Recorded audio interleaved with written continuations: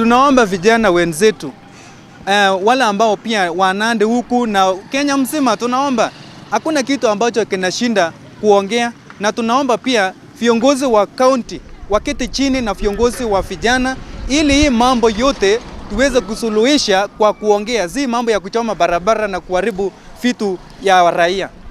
Tulienda maandamano na tunaona rais uliitikia mambo yetu ambayo tulikuwa tunaomba, na kwa hivyo rais, tunaomba uchukulie sheria kali maandamano ambayo inaendelea kupangwa kwa sasa, na uchue kiini na wale ambao wanatoa nguvu penye natoka kwa hao watu ambao wanatoa pesa na wanajiita Gen Z. Hizi Gen Z ni mambo ya ukora, ni watu ambao wanataka, ni watu watabeli, wanataka kuharibu nchi yetu ya Kenya.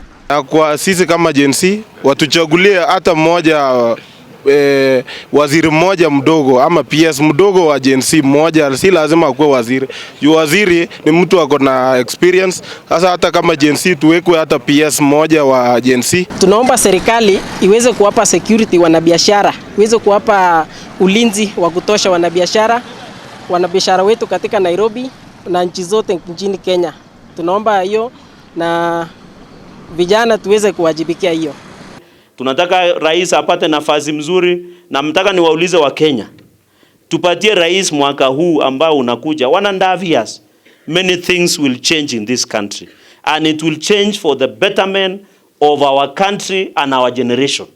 Hiyo nataka niwaambie, na mimi nataka niulize vijana wale wa generation Z, kwa sababu mimi ni millennial ama generation Z.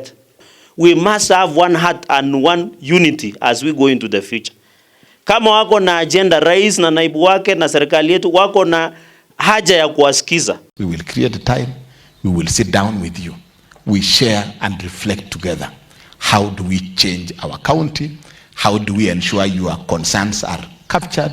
How do we continue to allow you to influence the decisions of government?